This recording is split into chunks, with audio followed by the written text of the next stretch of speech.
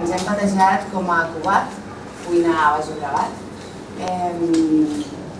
És un nom més curtet, més fàcil i sobretot ens hem anat recordat del Cubà de les gallines.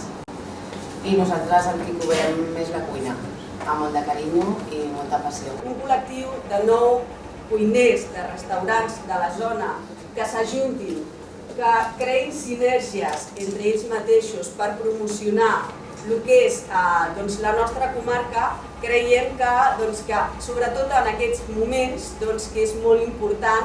Al final és promocionar el Baix Llobregat, el territori a través de la gastronomia i amb els productes que contem de l'horta. Contem amb productes de temporada, contem amb l'espàrrec, amb la cirera, amb la carxofa i després contem amb el pota blava, que aquest és un producte que no és de temporada, evidentment el tenim tot l'any. Llavors crec que